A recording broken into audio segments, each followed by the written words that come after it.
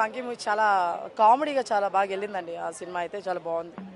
Yes, విశ్వసేన్కి మళ్ళీ hit పడింది.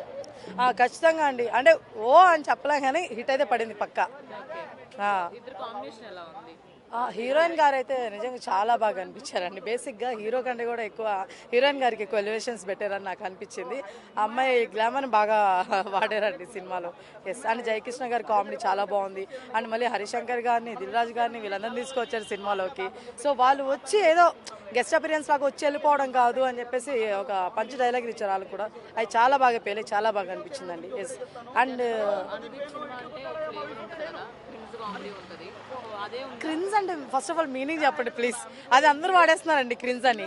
అర్థమవుతుందా? క్రిన్స్ అంటే ఏంటి చెప్పండి. వల్గారిటీ ఎక్కడా లేదు. నేను అందుకు కావాలని అడుగుతాను. ఇందాక కూడా ఒక పర్సన్ అక్కడ ఏం చేస్తానంటే క్రిన్స్ కామెడీ ఉంది అక్కడక్కడ అన్నాడు. ఎక్కడుందండి వల్గారిటీ? నాకు అర్థం కావట్లేదు. వల్గారిటీ లేదు. అర్థమవుతుందా? ఫస్ట్ ఆఫ్ ఆల్ ఆ వర్డ్ స్టైల్కి ఉందని ప్రతి ఒక్కరు వాడద్దు. క్రిన్స్ అని చెప్పి ఓటు స్టైల్కి ఉందని అస్సలు వాడద్దు. ఇక్కడ వల్గారిటీలు అంత లేవు. చాలా నార్మల్గానే ఉంది. కామెడీ అనేది నార్మల్ వేలో వెళ్తుంది. ప్రతి ఒక్కరు ఫ్యామిలీ ప్రతి ఒక్కరు వచ్చి చూసే కామెడీ ఉంది తప్ప వల్గారిటీ ఎక్కడ లేదు. క్రిన్స్ కామెడీ ఎక్కడా లేదు. అండ్ నెక్స్ట్ వన్, ఇంకా మన ఓన్లీ కామెడీయే ఉందని అనుకుంటున్నారు చాలామంది. అస్సలు కాదు, సెంటిమెంట్ కూడా ఉంది. దాని వెనుకాల ఒక పెద్ద స్టోరీ ఉందండి. అంటే ఒక సినిమా తీయాలి అనుకున్న ఒక పర్సన్ ఎంత కష్టపడాలో, వాళ్ళకి ఎన్ని కష్టాలు ఉంటే చూపించారు. అది కామెడీ వేలో చూపించడం వల్ల చాలా మందికి ఎక్కలేదు కానీ సీరియస్గా అయితే ఎక్కేస్తుండేదండి. ఎస్, నాకు బాగా అనిపించింది సినిమా. వచ్చి చూడొచ్చండి. ఒక్కసారి అయితే ఖచ్చితంగా వచ్చి చూడొచ్చండి. ప్రతి ఒక్కరు ఫ్యామిలీతో వచ్చి చూడొచ్చండి. ఎస్,